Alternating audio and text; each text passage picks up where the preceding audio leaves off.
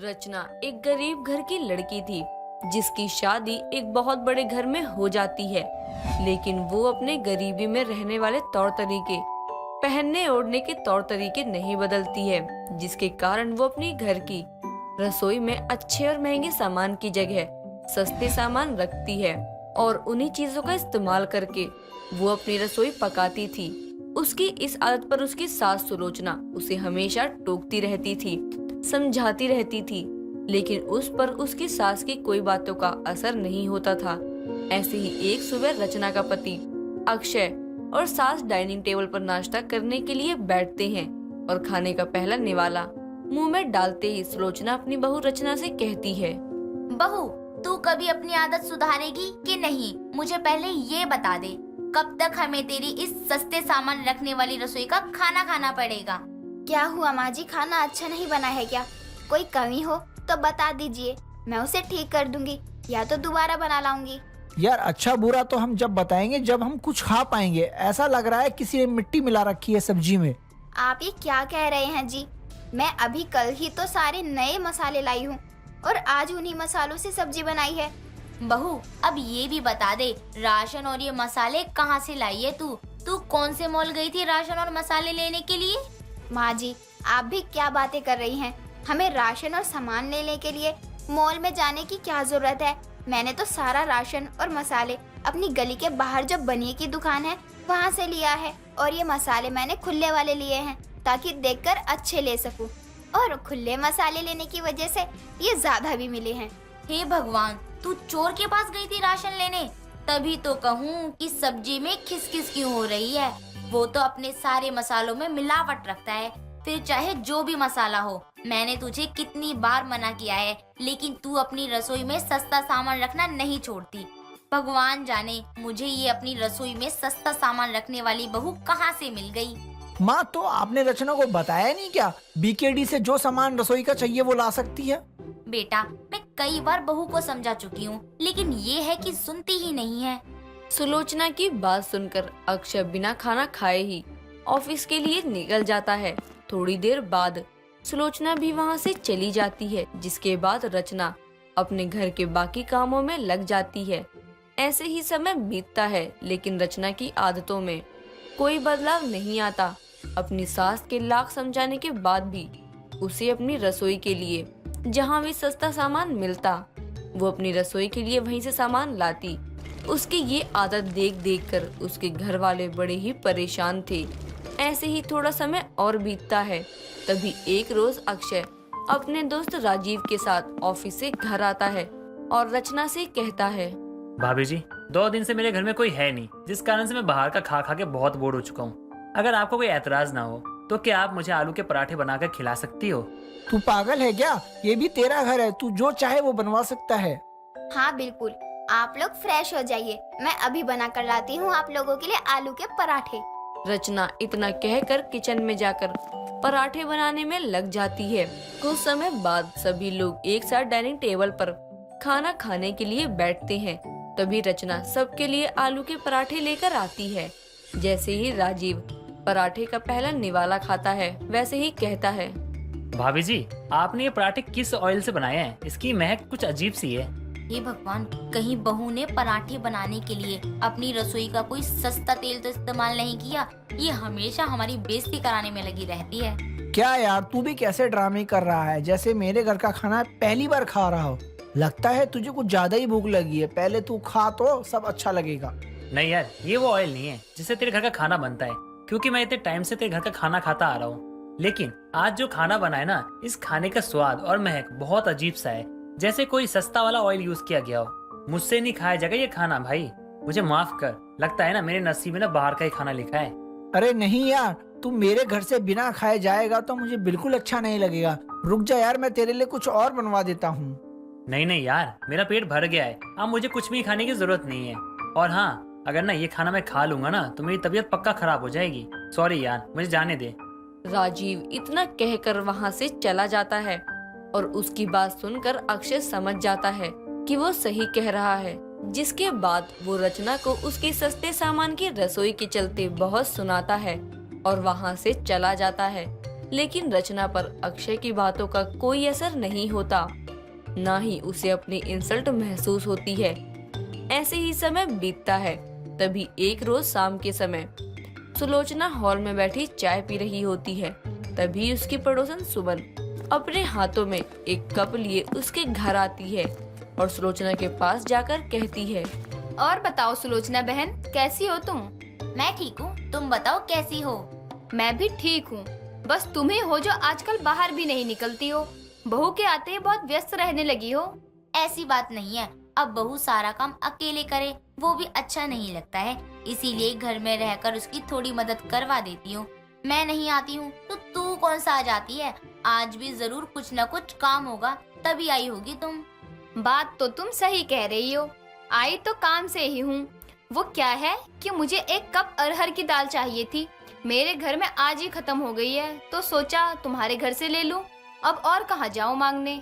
अच्छा किया सुमन बहन, ये सब तो सबके घर में चलता रहता है। आज मैं आपकी मदद कर रही हूँ, कल मुझे जरूरत लगेगी तो आप कर देंगी। क्यों नहीं सुलोचना बहन, ये भी कोई कहने वाली बात है क्या? मैं तभी तो आपके घर आई हूँ, पूरे मोहल्ले को छोड़कर, क्योंकि पूरे मोहल्ले में एक आपका ही घर है जिसकी रसोई में सारा सामान महंगा और स्टैंडर्ड होता है, जिसमें कोई मिलावट नहीं होती, बिल्कुल A1 क्वालिटी। हे भगवान, अब मेरी इज्जत आपके हाथों में है, बचा लेना। कहीं मेरी सस्ते सामान रखने वाली बहू की रसोई का सच सबके सामने ना आ जाए।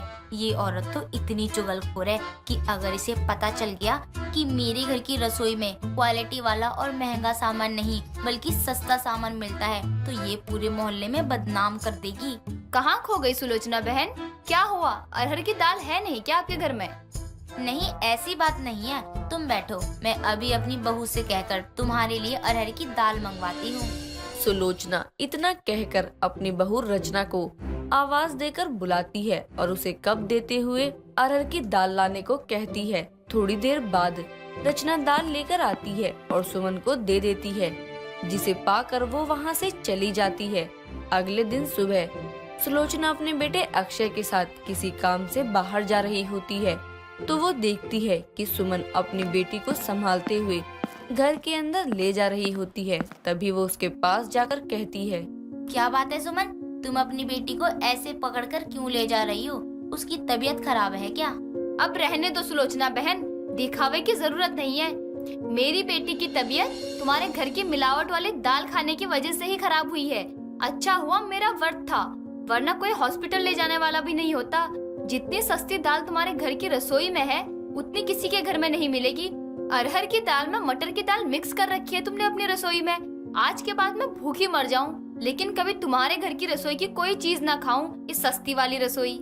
सुमन इतना कहकर गुस्से में वहाँ से चली जाती है और उसकी बातों को सुनकर वहाँ खड़े और भी पड़ोसी सुलोचना पर हंसना शुरू कर देते हैं। उन लोगों को अपने ऊपर हंसते हुए देखकर सुलोचना को बहुत शर्मिंदगी महसूस होती है और वो गुस्से में घर के अंदर जाकर अपनी बहू को सारी बातें बताकर उसे बहुत सुनाती है, जिसे सुनकर रचना कहती है, माँ जी मुझे माफ कर दीजिए, मेरी सस्ता सामान रखने वाली रसोई के चक्कर में आपके मोहल्ले में इतनी बेइज्जती हुई है, उसके लिए मुझे बहुत पछतावा है। मैं आगे से आपकी कही हुई सारी बातों का ध्यान रखूंगी, मुझे माफ कर दीजिए। रचना को अपनी गलती पर पछताते हुए देखकर सुलोचना उसे माफ कर देती है, जिसके बाद रचना अपनी रसोई में सस्ता सामान रखने वाली आदत को छोड़कर अपनी सास के बताए अनुसार अपनी रसोई में अच्छा और क्वालिटी वाला सामान रखना शुरू कर देती है। आतिश अपने ऑफिस जाने के लिए रेडी हो रहा होता है, तभी वो दीपाली को आवाज लगाकर बोलता है, दीपाली जरा मेरी टाई दे दो, मिल नहीं रही, और मेरा रुमाल भी। अरे आतिश जी सही से देखिए ना, वही होगी कबर्ड के ड्रॉर में। अरे यार मुझे नहीं मिल रही, तुम दे दो ना। अच्छा ठीक है, मैं ही देती हूँ। दीपाली उसकी बात सुनकर कबर्ड से उसका सामान निकाल कर देती है और साथ ही उसकी टाई खुद बांधती है। टाई बांधते वक्त आतिश उसे अपनी ओर खींच लेता है और इसकी आंखों में आंखें डालकर बोलता है, आजकल ऐसा क्या कर रही हो जो तुम्हारी कमर पहले से सॉफ्ट और पतली हो गई है? आतिश जी सुबह सुबह रोमांस छा रहा है आपको। हटिए क्या कर रहे हैं? हाँ, अच्छा रहा है। अब तुम्हें प्यार भी ना करूँ क्या? हाँ तो रात को करो ना, अभी दिन हो चुका है और मुझे बहुत काम है। माँ जी आ गई तो? तुम्हारा मतलब मैं सिर्फ तुम्हारे साथ रात में रोमांस करूँ, दिन में नहीं? और माँ की चिंता मत करो, वो नहीं आएंगी। माँ जी आ गई। आतिश जी छोड़िए। मुझे उल्लू मत बनाओ, पहले की तरह चकमा देकर भाग जाओगी। आई नो, मैं नहीं छोड़ूंगा आपकी बार। आप पागल हो गए हैं। माँ जी सच में आ गई, पीछे देखिए। अच्छा, मैं नहीं जाने दूंगा आज। बेटा आतिश, मैं यही हूँ, छोड़ मेरी बहू को। अपनी माँ की बात सुनकर दोनों झट से अलग हो जाते हैं और शर्मिंदा होकर आंखें नीचे करके बोलते हैं। हाँ माँ, आप यहाँ कैसे? मुझे तो पता ही नहीं चला। फिलहाल तो मैं पैरों से आई हूँ, बाकी काम है बहू से। जी माँ जी, बोलिए क्या काम है? दिवाली आने वाली है तो सोच रही हूँ घर को रेनोवेट करवा लूँ। पर माँ जी दिवाली आने में तो अभी 15 दिन बाकी है। इसलिए तो कह रही हूँ जल्दी जल्दी करवा लेती हूँ, क्योंकि फिर बाद में सारा सामान भी लाना होता है, धनतेरस भी तो है, सब देखना पड़ता है। इसलिए तुम दोनों अपनी मर्जी से अपना कमरा रेनोवेट करवा लेना। जी माँ। इतना बोलकर सब एक साथ नाश्ता करते हैं और आतिश ऑफिस के लिए निकल जाता है। कुछ देर बाद दोनों सास बहू बैठकर हिसाब लगा रही होती है और दीपाली बोलती है। माँ जी ये सब तो हो गया, कुछ रह गया है तो बता दीजिए, मैं सामान में ऐड कर देती हूँ। खाने पीने का तो तू देख लेगी। मैं कह रही थी नए पर्दे और बेडशीट भी ले आते हैं, और ये सोफे भी पुराने हो गए, ये भी नए ले आते हैं। हाँ माँ जी आप ठीक कह रही हैं। ज्यादा का बजट तो नहीं बैठा ना बहू? नहीं माँ जी, थोड़ा बहुत तो दिवाली पर खर्चा होता ही है। दिवाली कौन सी रोज रोज आती है। अगले दिन मीना घर को रेनोवेट करवाना शुरू कर देती है। रेनोवेट कराने में 3 दिन लग जाते हैं, जिसके बाद घर बहुत ही ज्यादा सुंदर लग रहा होता है। ये देखकर दीपाली बोलती है।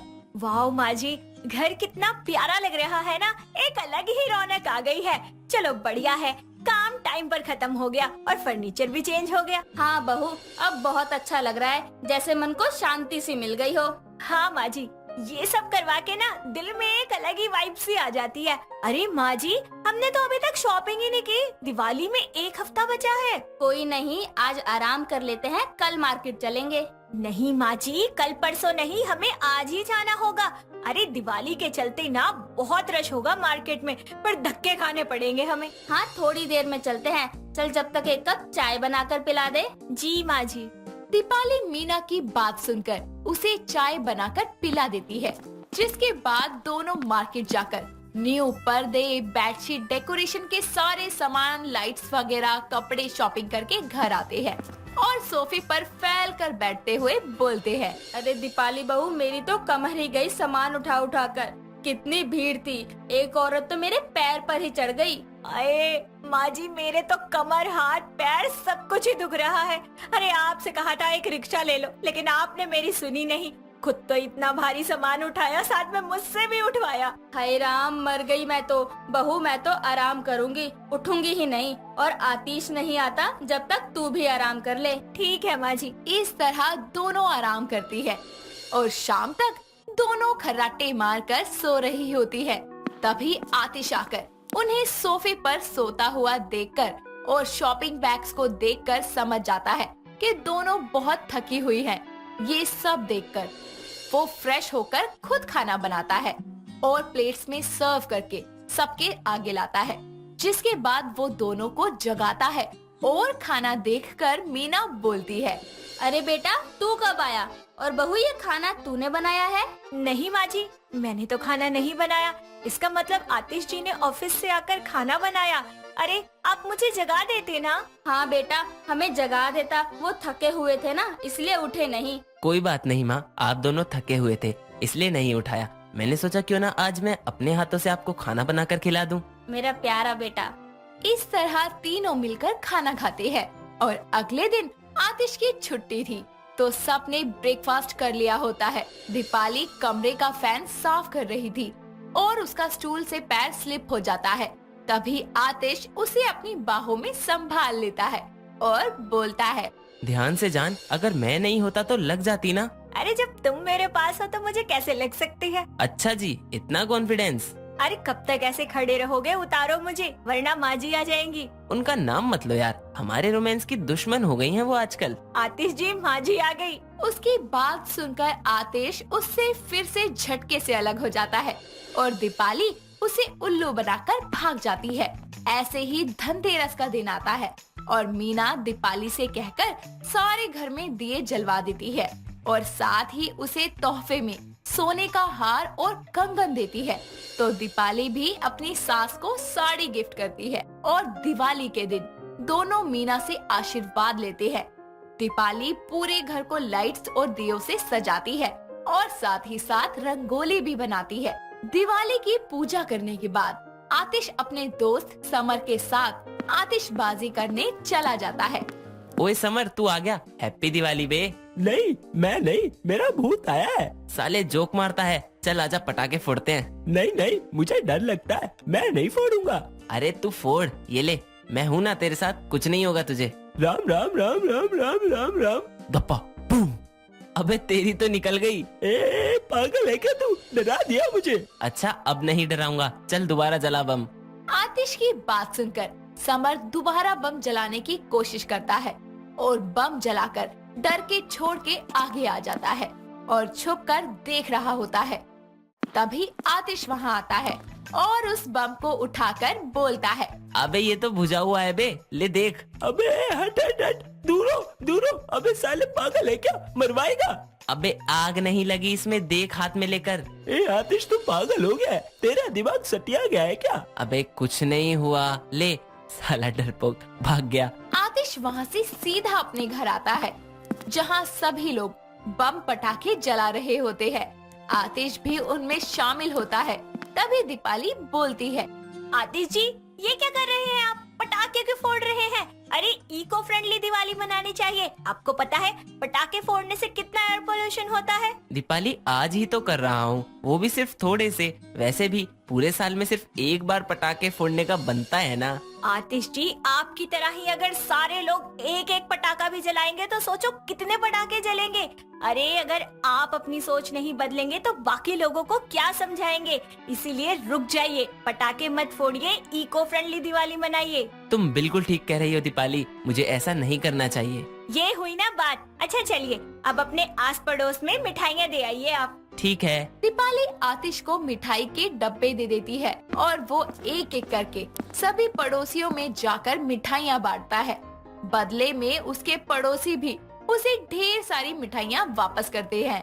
घर लौटने के बाद आतिश दीपाली से बोलता है, लो मैं बांट आया सभी पड़ोसियों के यहाँ मिठाई, बदले में उन सब ने हमारे लिए मिठाई भिजवाई है। लाइए, मैं इन्हें अंदर रख देती हूँ। अच्छा अगर अब कोई काम ना बचा हो तो कुछ खाने का इंतजाम कर लो यार। जी जरूर, आप कमरे में आराम कीजिए, मैं खाना लेकर आती हूँ। आतिश अपने कमरे में पहुंचा ही था कि उसके एक दोस्त का कॉल आता है। असल में वो आतिश का एक बहुत ही पुराना दोस्त था जो उससे फोन करके मजे लेने की कोशिश करता है।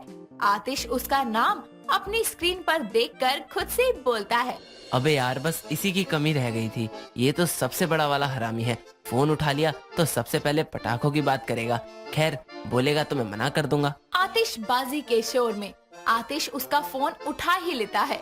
रवि बोलता है, हेलो। हाँ हेलो रवि। भाई हैप्पी दिवाली।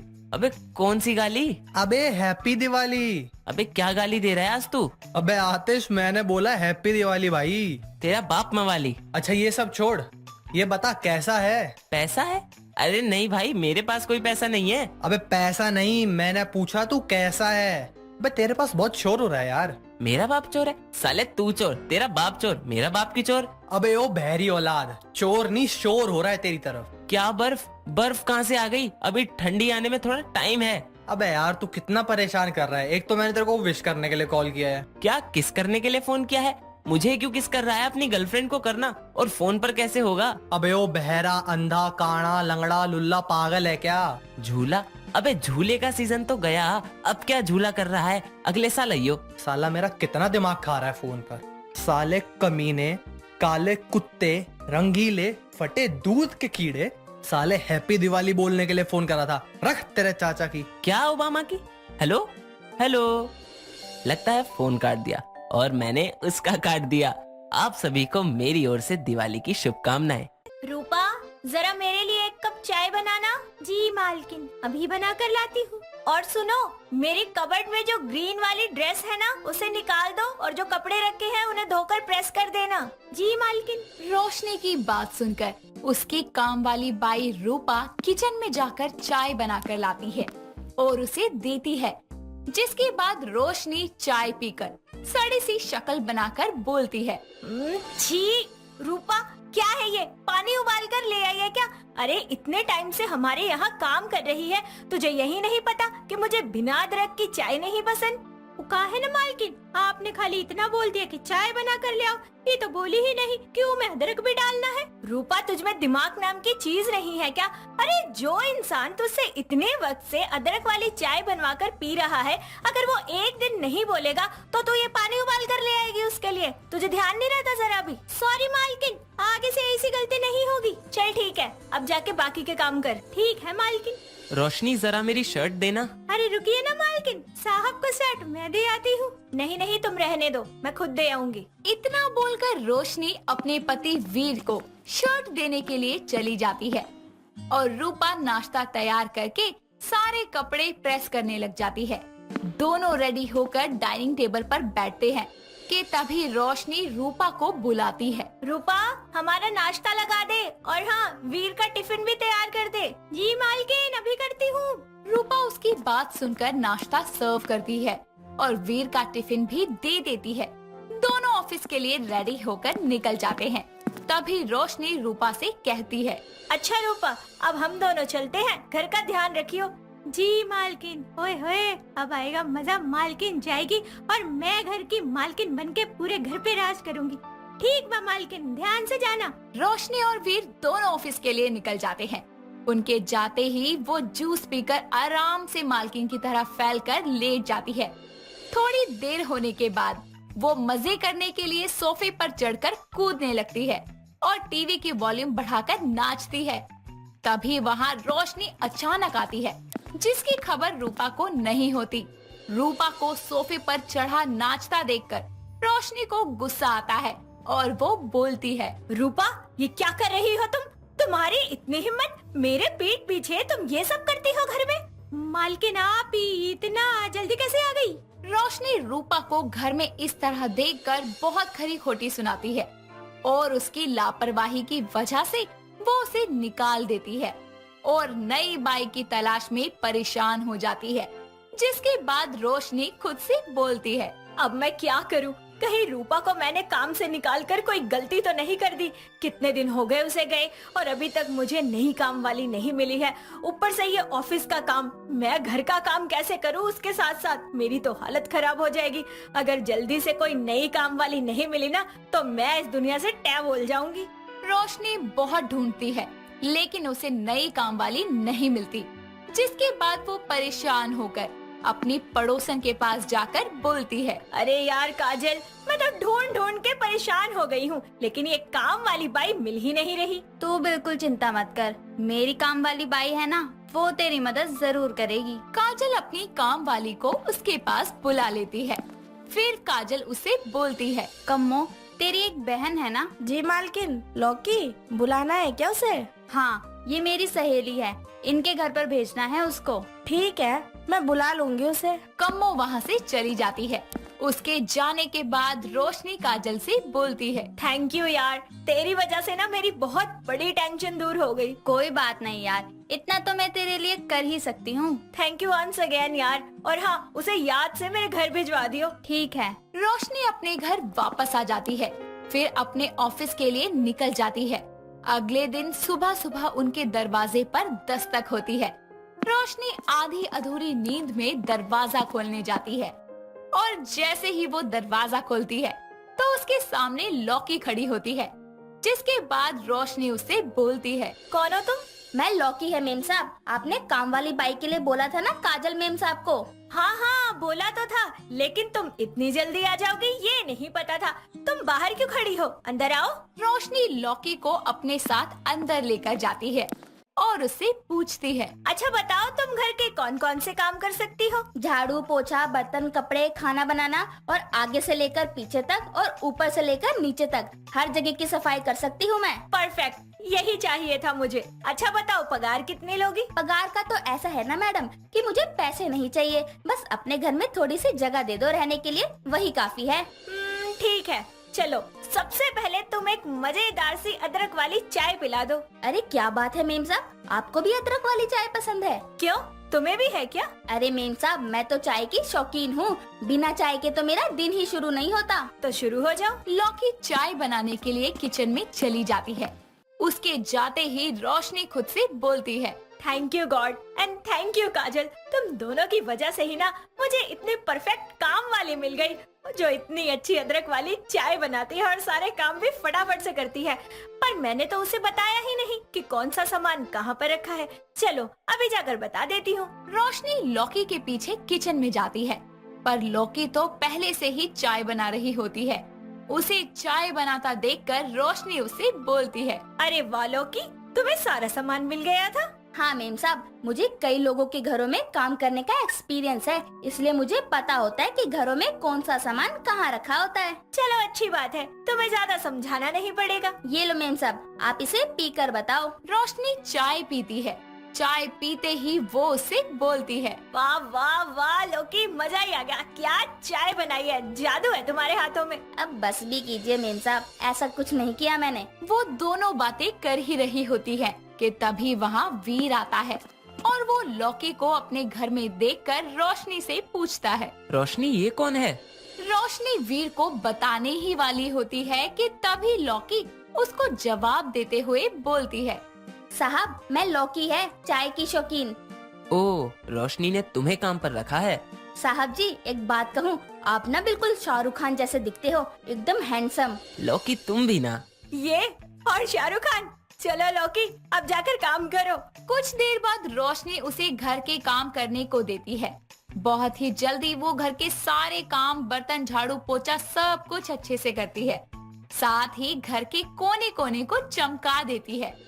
सारा काम हो जाने के बाद वो रोशनी के पास आकर बोलती है, मेम साहब सारा काम मैंने खत्म कर दिया, और क्या करना है अब? सच में तुमने सारा काम कर दिया? मुझे यकीन नहीं हो रहा।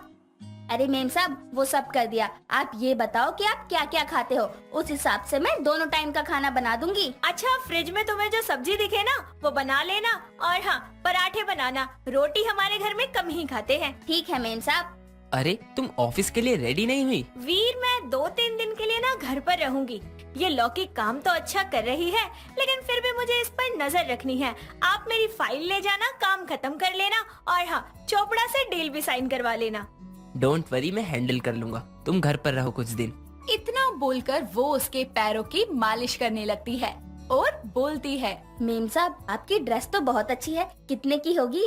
5000 की लाई हूँ। हाय दैया मेम साहब, ये तो बहुत महंगी है, पर आपसे ज्यादा महंगी तो वो सामने वाली रिधिमा मैडम है ना, वो पहनती है। एक दिन मैंने पूछा था उनसे, उन्होंने 10,000 की ली थी, और महंगा महंगा मेकअप, काजल, बिंदी, लिपस्टिक सब। और तो और मैडम। ऐसे ही वक्त बीतता रहता है। रोशनी लौकी से खुश होती है और 2 महीने बाद उसे सैलरी देना भी शुरू कर देती है। और ऐसे ही छुट्टी वाले दिन लौकी रोशनी से बोलती है, मेम साहब मैंने सारा काम कर दिया, कुछ भी नहीं बचा अब। अच्छा तो एक काम करो, मेरे पैर दबा दो, मालिश करनी तो आती है ना तुम्हें? हाँ मेम साहब आती है। अरे बस करो लौकी, कितना कचर कचर करती हो तुम। वो रिधिमा मुझसे सस्ता सामान खरीद के लाती है और फिर मुझे बड़ा चढ़ा के बताती है 100 रुपए की चीजें खरीदती है सेल में से। वो मुझसे ज्यादा हाई क्लास कोई नहीं है। अगले दिन दोनों ऑफिस से आते हैं तो रोशनी को अपना एक कीमती नेकलेस नहीं मिलता, जिसके लिए वो लौकी को सुनाकर घर से निकाल देती है और कहती है, लौकी मुझे तुमसे ये उम्मीद नहीं थी कि तुम ऐसा करोगी। मैडम मैं सच कह रही हूँ, मैंने ऐसा कुछ नहीं किया, मैंने आपका कोई हार नहीं लिया। अरे इतने टाइम से मैं आपके घर में रह रही हूँ, मैं भला ऐसा क्यों करूँगी? रोशनी उसकी एक बात भी नहीं सुनती और उसे घर से निकाल देती है। कुछ देर बाद उसे अपने कबर्ड में अपना वो नेकलेस मिल जाता है और वो वीर से बोलती है, वीर, मुझसे बहुत बड़ी गलती हो गई। मैंने अनजाने में लौकी को बहुत सुना दिया। हार तो मेरे कबर्ड में ही पड़ा था। क्या तुमने उसे निकाल दिया? अरे यार, कुछ ही दिनों में दिवाली है, अब क्या घर का सारा काम तुम खुद करोगी? क्या दिवाली आ रही है? हे भगवान, ये तो मैंने सोचा ही नहीं। वीर चलिए ना, प्लीज प्लीज प्लीज हम लौकी को लेने चलते हैं। वो बहुत अच्छी और ईमानदार है, प्लीज। मुझे नहीं लगता वो आएगी। तुमने बहुत सुनाया जो है उसे, पर तुम्हारे कहने पर ट्राई कर सकते हैं। रोशनी और वीर उसको बुलाने जाते हैं, लेकिन वीर उसके घर के बाहर रुक जाता है और सिर्फ रोशनी उसके घर के अंदर जाकर बोलती है, लौकी, मुझे माफ कर दो।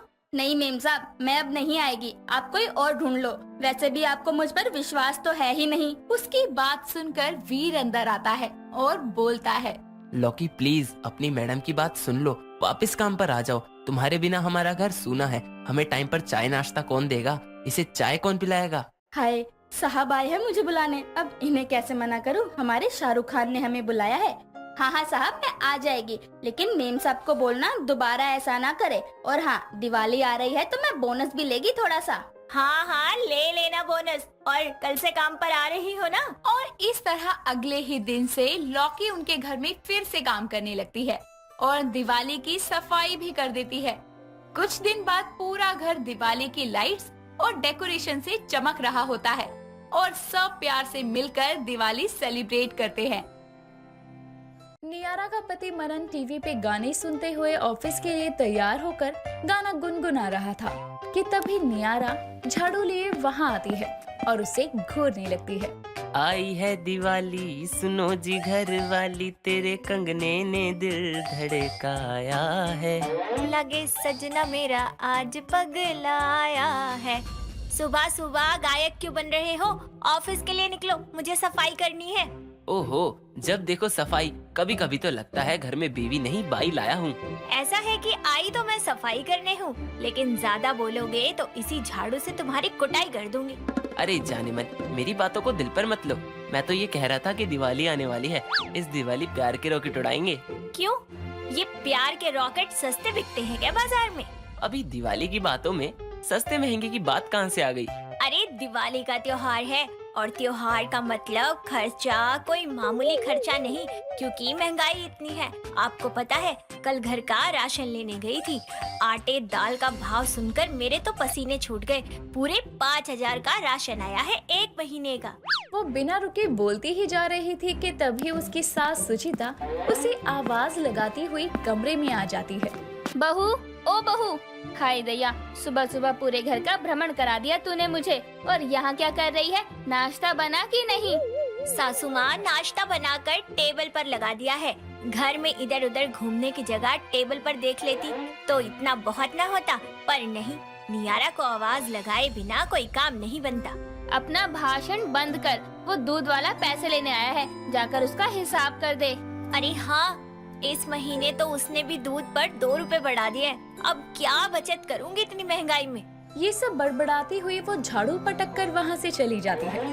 समय बीतता है। त्योहारों के कारण जहाँ एक और बाजार में रौनकें बढ़ती जा रही थी, तो वहीं दूसरी तरफ त्योहारों के समय चीजों के दाम भी बढ़ रहे थे।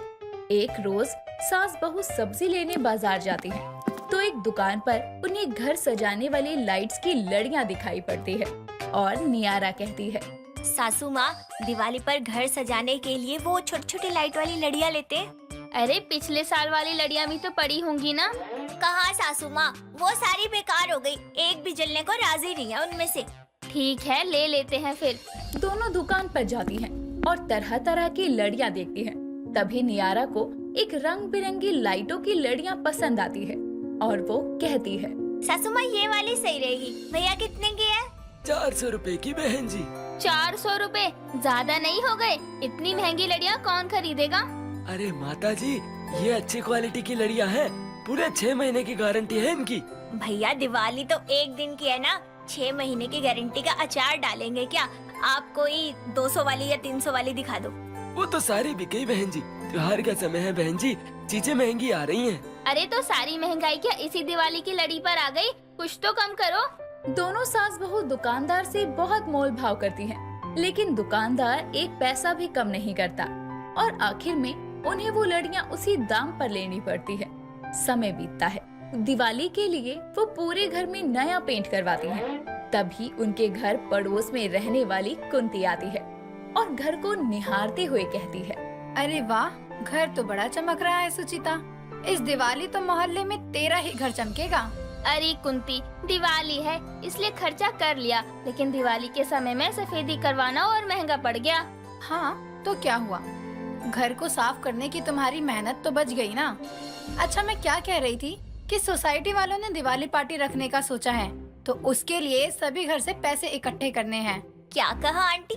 सोसाइटी में दिवाली पार्टी है और उसमें पैसे भी देने पड़ेंगे? ऐसे थोड़ी ना होता है सासू माँ, हमने जाने वाले पार्टी में। अरे बहू, सब लोग आएंगे तो तैयारियां भी चल रही है, ऐसे में तुम लोग नहीं आओगे तो लोग क्या कहेंगे?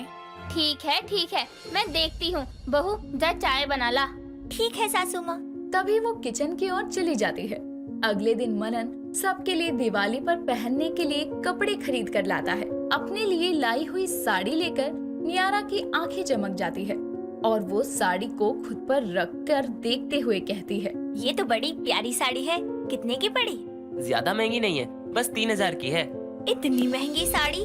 अरे दिवाली है, मेरी शादी की सालगिरह नहीं जो इतनी महंगी साड़ी खरीद कर ले आए। वैसे इन कपड़ों की खरीदारी में कितने पैसे फूंक दिए बेटा तूने?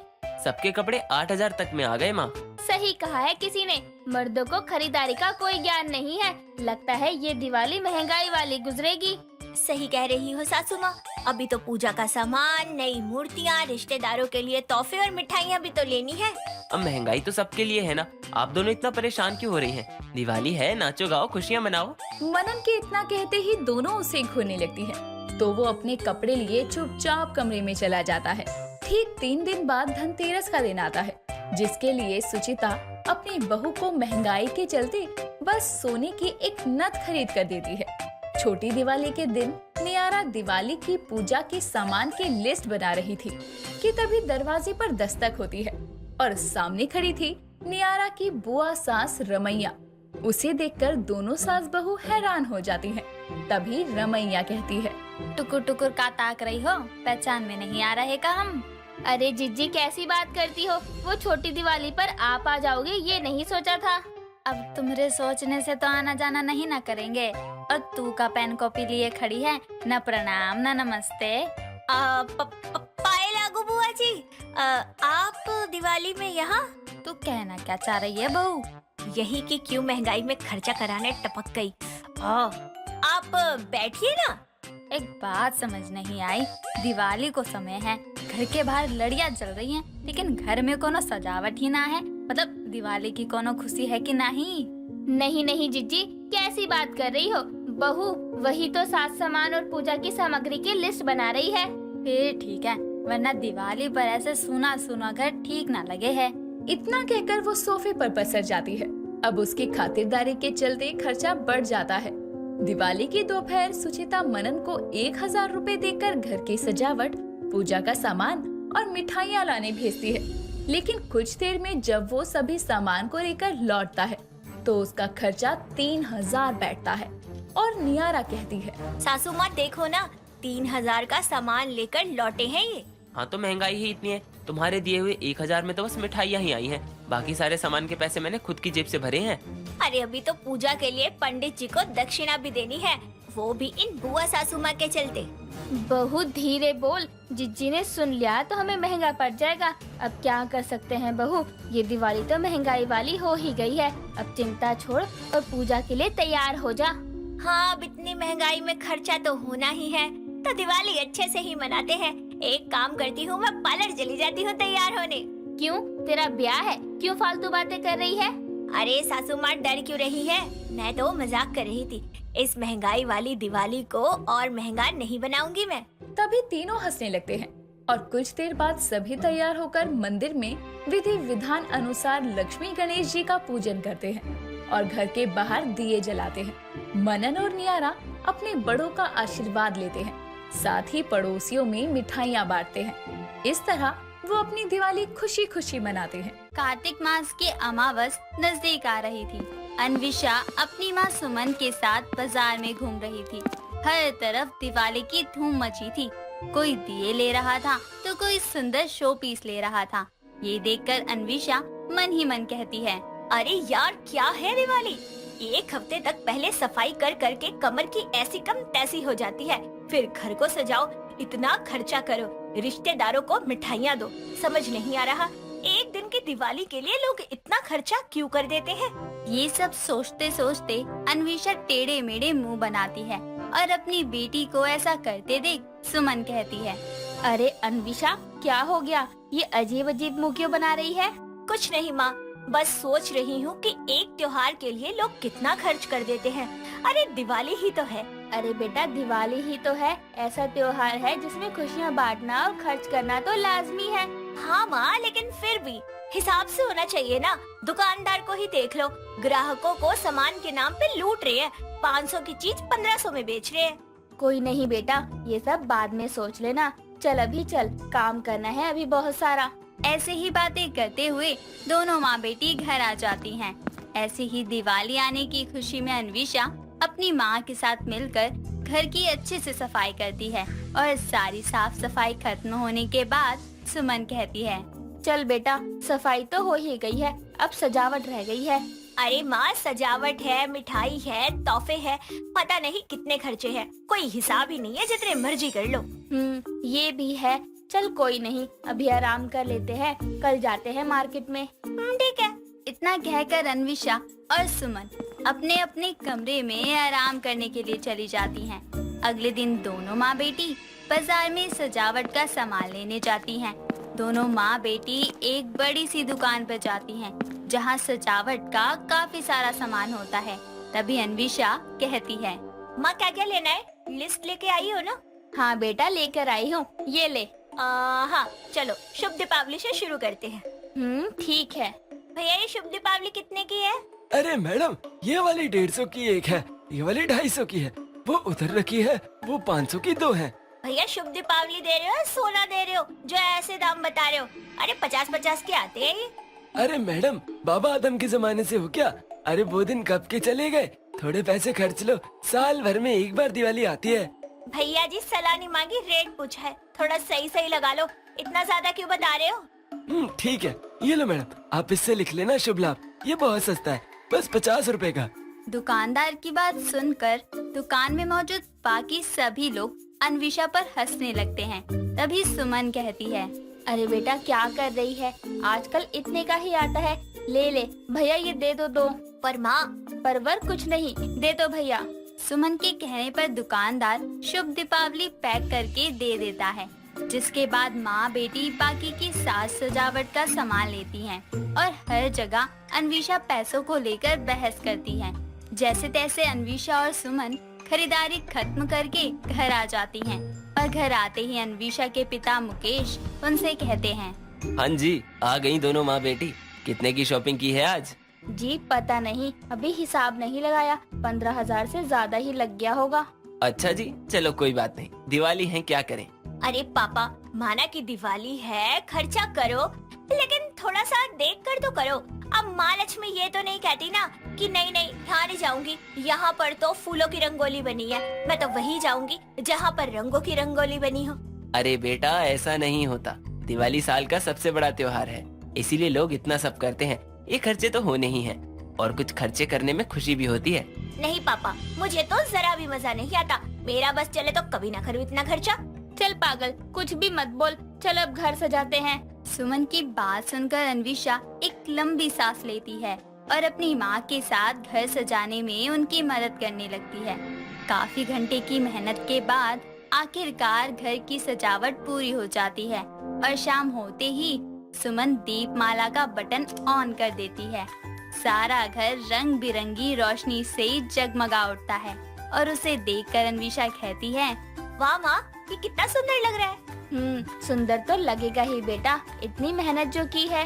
हाँ, खर्चा भी तो रच के हुआ है। अरे बेटा अभी कहाँ, अभी तो होना है खर्चा, अभी तो तोहफे लाने हैं, दिए लेने हैं, मिठाई लेनी है, झाड़ू वाला, काम वाला, कूड़े वाला, उन सब के लिए कोई छोटा मोटा तोहफा भी लेना है। अरे सबकी दिवाली हैप्पी करनी है क्या?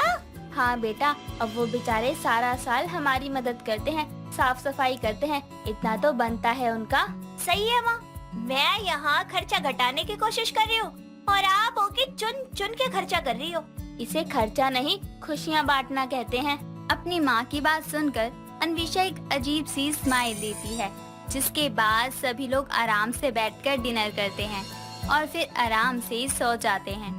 अगले दिन अन्विशा फिर से अपनी माँ के साथ बाजार जाती है।